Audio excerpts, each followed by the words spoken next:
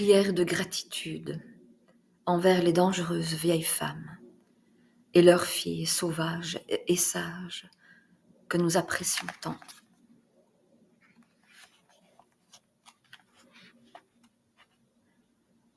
Pour toutes les aïeules du monde, celles que les vagues ont bercées et celles qu'orage et tempête ont à moitié fait couler, celles qui se sont accrochées à l'épave suffisamment longtemps pour parvenir à mi-parcours et de là ont pu toucher terre. Pour les anciennes qui, dans leur diversité,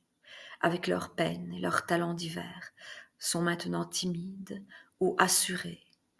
à demi échevelées ou impeccables, mais ont néanmoins les hanches larges et l'allure fière. Pour les tribus de grandes aïeules, avec tout leur pelage et leurs plumes, avec toutes leurs feuilles, leur peau, leurs jupes et toutes leurs rapaces guerrerasses, leurs tenues de combat, avec leurs ailes, leurs ceintures, leurs châles, leurs broches et leurs colliers de cérémonie, leurs bâtons de chef, avec toute leur fierté tendre et athlétique, avec leurs becs et leurs queues, leurs tulles et leurs toiles qui paradent et flamboient, avec leur déambulation et leur sensualité,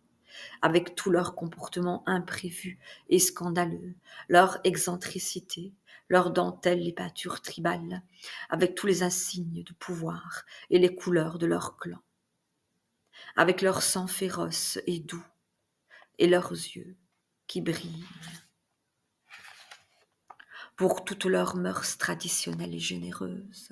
pour leur façon suprême de veiller à ce que le respect, la vie créatrice et l'attention à l'âme ne disparaissent pas de la face de la terre, pour toutes ces beautés bénies qui est en elles. À leurs intentions, prions que la force et la guérison imprègnent à jamais leurs os courageux.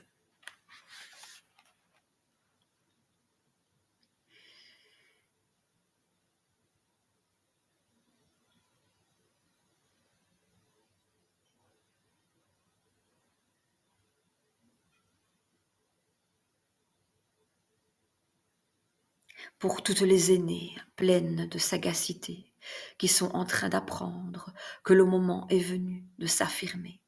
et non pas de se taire, ou de se taire quand le silence est plus éloquent que la parole. Pour toutes les femmes en train de devenir des anciennes qui apprennent à être gentilles quand il serait si facile d'être cruelles, qui voient qu'elles peuvent être tranchantes quand cela s'impose, et trancher proprement,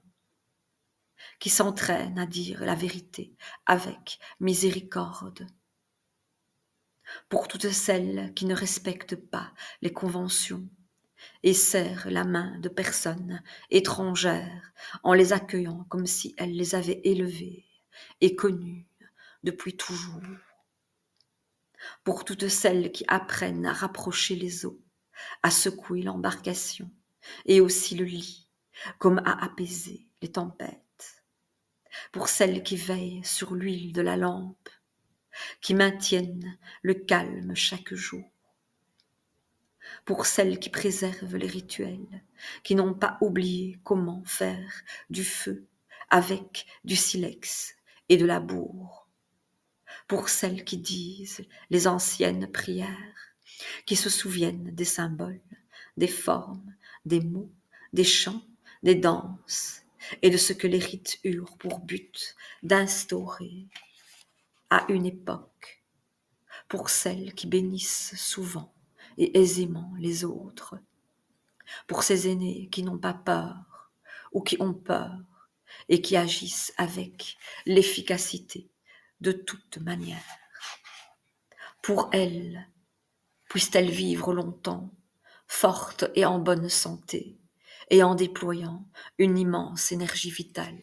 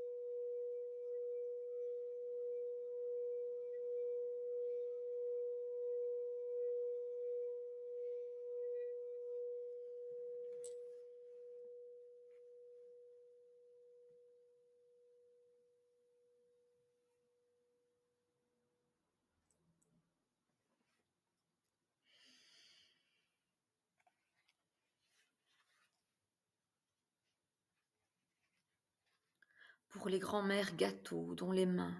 les cœurs et les esprits offrent de nombreuses nourritures,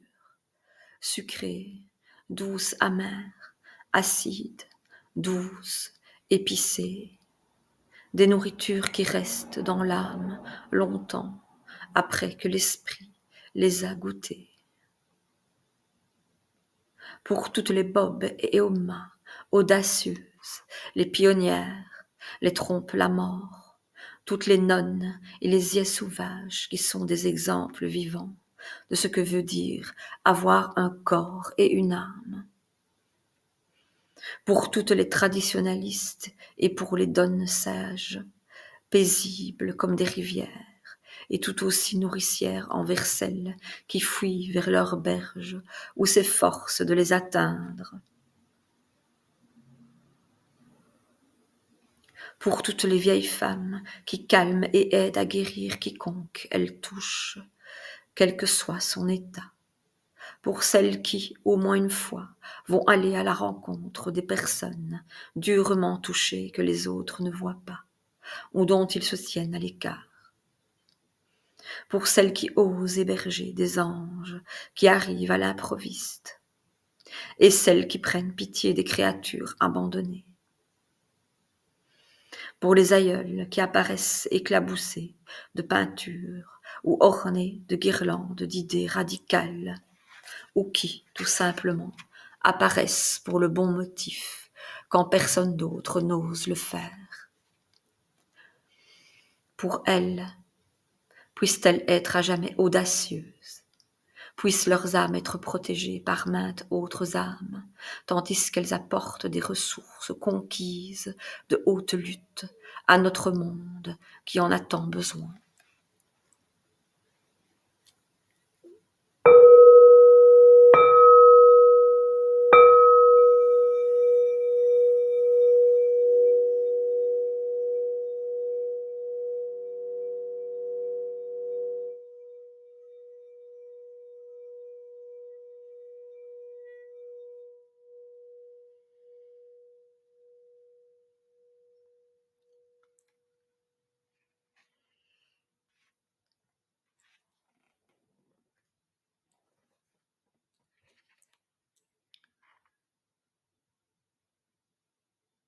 Pour toutes les tiasses clairvoyantes et toutes celles qui jouent le rôle de grand-mère gardienne auprès des âmes qui en ont besoin.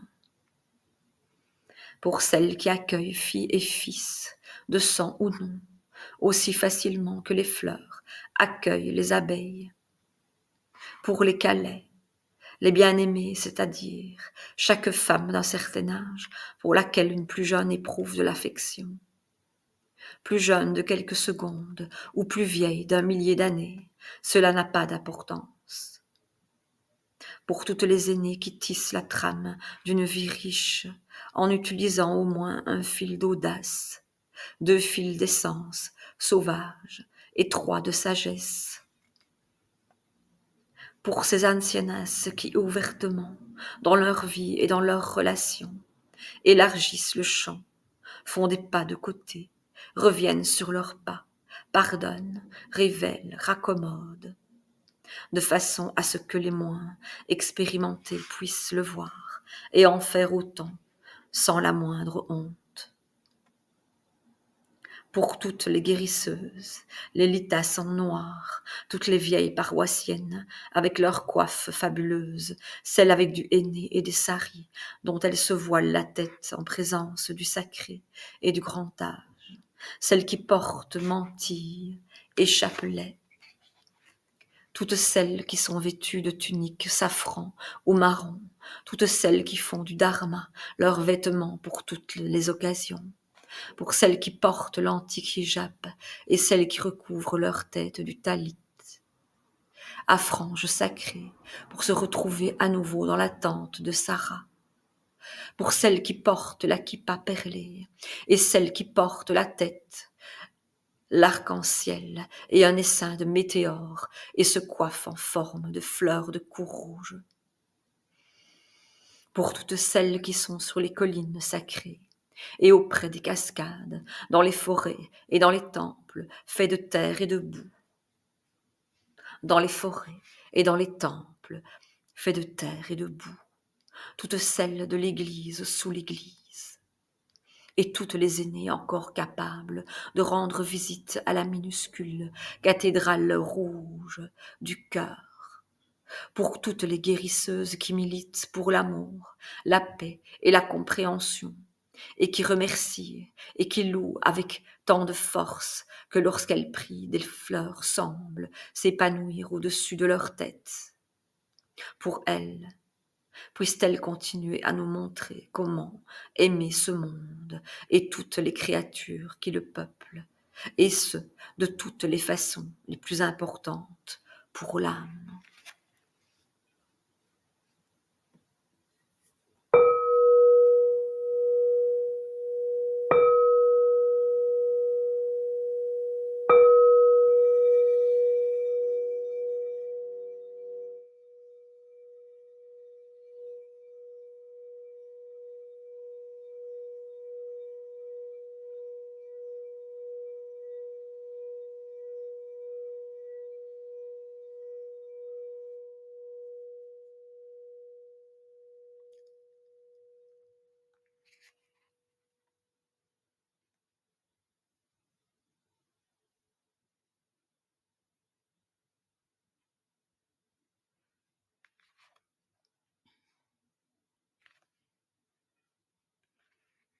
Pour toutes les sympathicaces brillantes et courageuses, les grands-mères, les big mamas, les tantes spéciales, pour toutes les cordiales bon mamas, et les humbles moureuses, grandes qui ont épousé l'amour en personne et donné naissance à 5 enfants indisciplinés, nommés paix, espoir, clairvoyance, ingérence et nature sauvage. Pour ces femmes honorées qui nous ont abreuvés, il y a 20, 30, 40, 50, 60,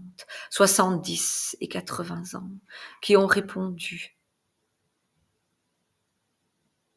un fleuve de conseils et d'exhortations, qui ont mis dans nos poches des cartes au trésor, soigneusement repliées, pour que nous les emportions dans la nature sauvage, pour celles qui nous ont mises au défi, aiguillonnées, incitées, poussées, qui nous ont ainsi fait évoluer dans la bonne direction, de façon à ce que nous puissions développer un peu plus d'âme,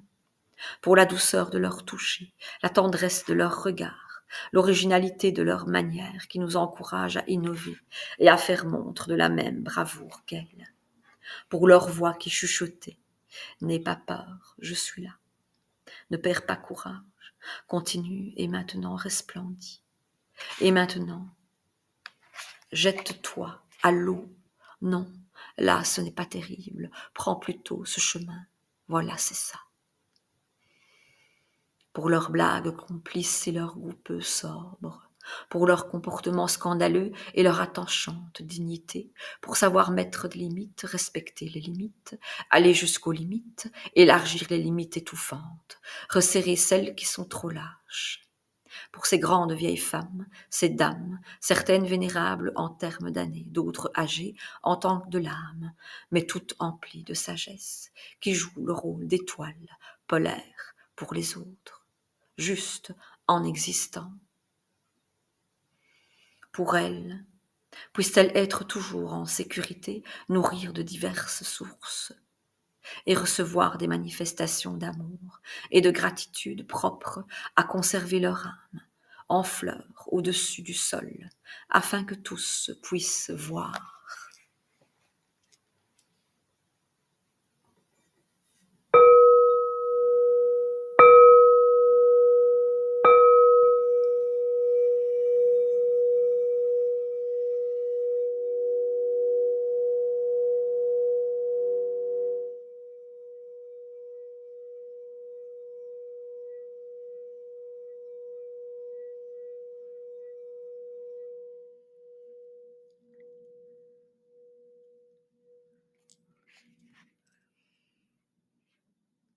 Et pour les chères filles,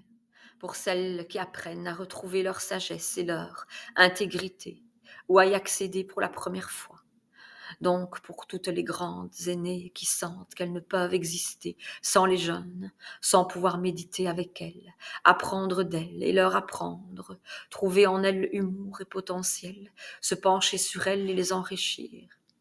Et pour toutes les femmes plus jeunes qui sentent qu'elles vivraient moins bien sans l'essence d'une femme donc quichotesque, plus âgée et un tant soit peu plus sage, qui lui permettent de méditer avec elle, d'apprendre d'elle et de lui apprendre, de trouver en elle humour et potentiel, de se pencher sur elle et de l'enrichir. De ce fait, pour toutes les filles, les jeunes et les moins jeunes, qui approcheront bientôt du feu des grands-mères, pour la première fois, de nombreuses fois, ou pour la dernière fois, pour toutes les grandes petites filles et les grandes anciennes qui entretiendront le feu de cette double relation, par des lettres et des livres, des enseignements et des rassemblements, des dictons et des hellos, des voyages avec des capes et des plumes au chapeau, et par la simple proximité, pour toutes les femmes magnifiques, jeunes, mûres ou âgées, qui recherchent la compagnie les unes des autres, qui cherchent à instaurer mutuellement une relation mère-sœur-fille, qui se rendent compte qu'elles sont l'une pour l'autre, elles, refugio, un vrai refuge, pour celles qui prennent conscience qu'elles sont ensemble et qu'ainsi les moins expérimentées et les plus expérimentées peuvent toujours trouver un lieu où être chez soi, ce lieu de l'âme, habité de plus en plus durablement, au fur et à mesure qu'une femme rassemble ses années de sagesse autour d'elle, chez soi, tout lieu où il existe un besoin d'eux, un abri pour, une exaltation de l'amour. Pour elles, pour leur cœur, ces pèlerins, puissent-ils se trouver sans jamais passer leur chemin, mais rester proches et se renforcer mutuellement, près des limites et des portails du monde de l'âme, dont on leur a confié la garde.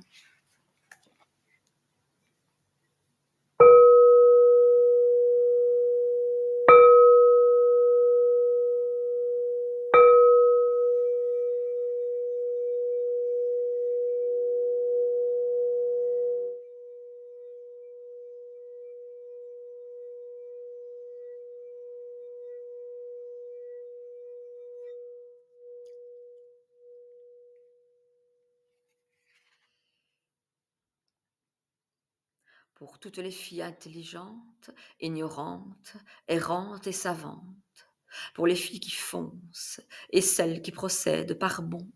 pour celles qui réapprennent à pleurer, pour celles qui apprennent à caqueter, pour toutes celles, qu'elles aient ou non leur intégrité, qu'elles soient ou non guéries et de quelque classe, clan, océan ou étoile qu'elles soient issues, pour toutes les filles qui ont reçu un don d'amour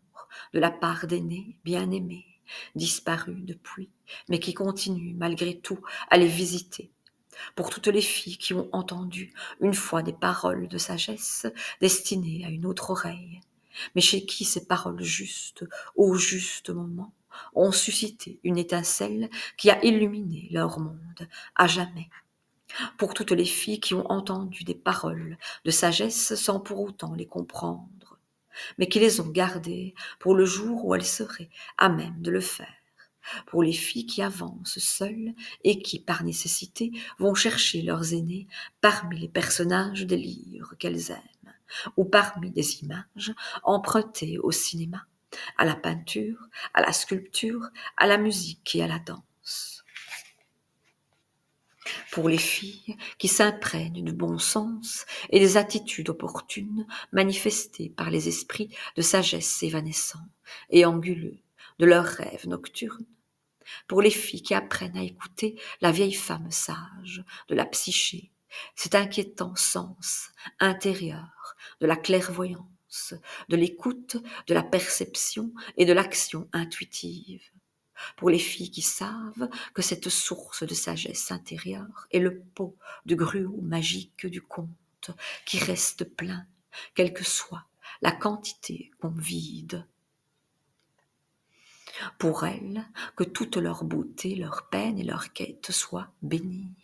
Puissent-elles se souvenir toujours que les questions demeurent sans réponse, jusqu'à ce que les deux formes de vision aient été consultées, la linéaire et l'intérieure.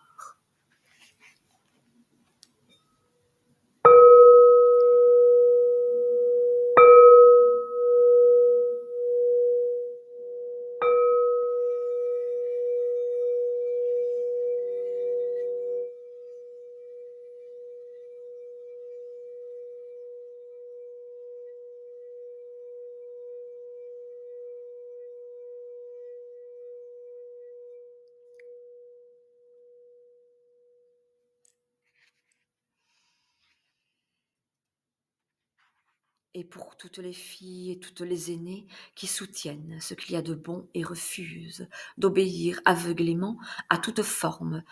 de surculture qui valorise l'absence de relief et dénigre la pensée. Pour toutes les filles et toutes les aînées qui escaladent avec toujours plus d'ingéniosité les montagnes mystiques et passent sur des routes accidentées. Pour celles qui parlent à l'âme avec toujours plus d'avidité, et pour les animaux, les eaux, les terres et les cieux, pour celles qui gardent des chaudrons toujours plus profonds, qui rendent plus vive la lumière du phare, qui constituent un terrain solide, là où auparavant il n'y avait rien. Pour celles que les leçons données et reçues portent à l'incandescence, pour celles qui se reposent un peu avant de se remettre avec enthousiasme à l'ouvrage, pour ces fleurs nocturnes dont le parfum intense persiste, même si elles demeurent cachées, pour toutes les filles et les aînées qui posent leurs mains non seulement sur le berceau, mais sur le gouvernail du monde, à leur portée, pour celles qui ont abandonné quelque chose d'essentiel et de fécond et sont revenues sur leurs pas pour le récupérer.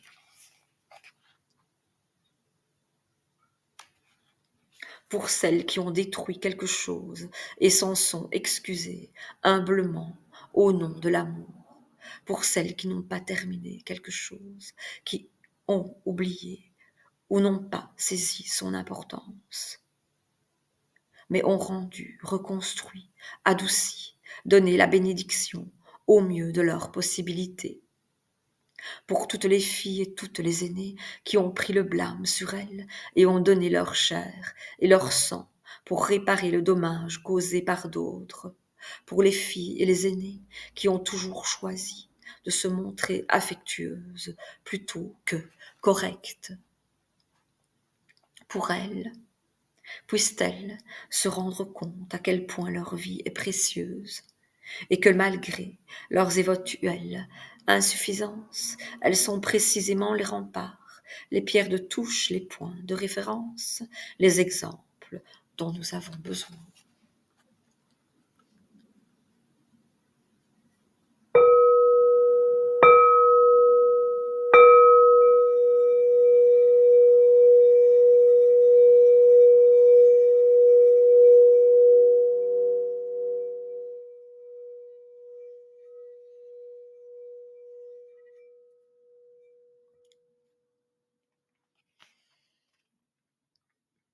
Pour toutes les filles et toutes les aînées qui sont la preuve vivante, qu'en dépit des dénégations de la société, des peines de cœur, des erreurs de parcours, des chutes et des brûlures, l'âme revient toujours à la vie,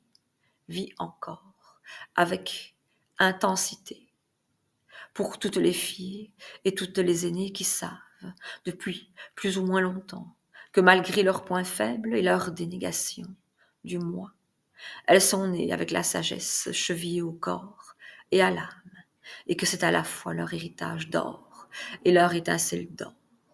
Pour toutes les filles et toutes les aînées qui travaillent à l'essentiel, à savoir faire la preuve qu'une femme est comme un grand arbre qui, par sa capacité à bouger, au lieu de rester statique, peut survivre aux plus violentes tempêtes et aux pires dangers, et continuer à se dresser par la suite vers le ciel, et qu'elle peut toujours, elle aussi, se mouvoir, osciller et poursuivre la danse. Pour toutes les filles qui sont elles-mêmes, soit en début, soit en fin de formation pour devenir des majestés ordinaires, aussi sages et sauvages et dangereuses qu'elles sont appelées à l'être, c'est-à-dire énormément, énormément.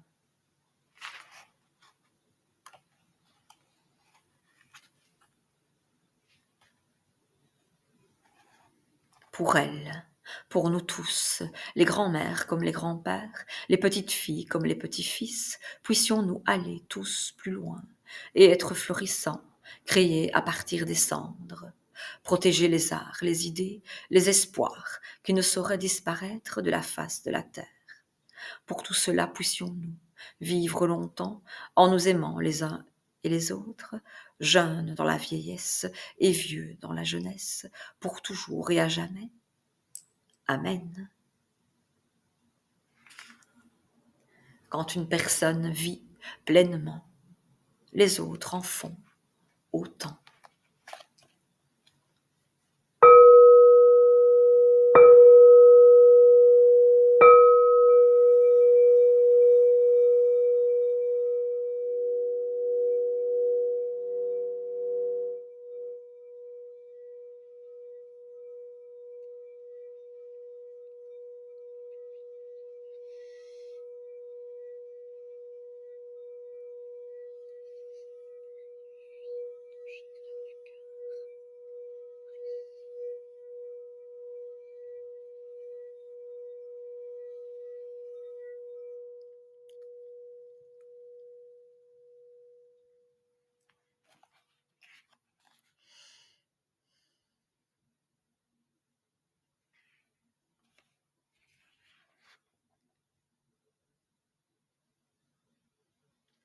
Quand une personne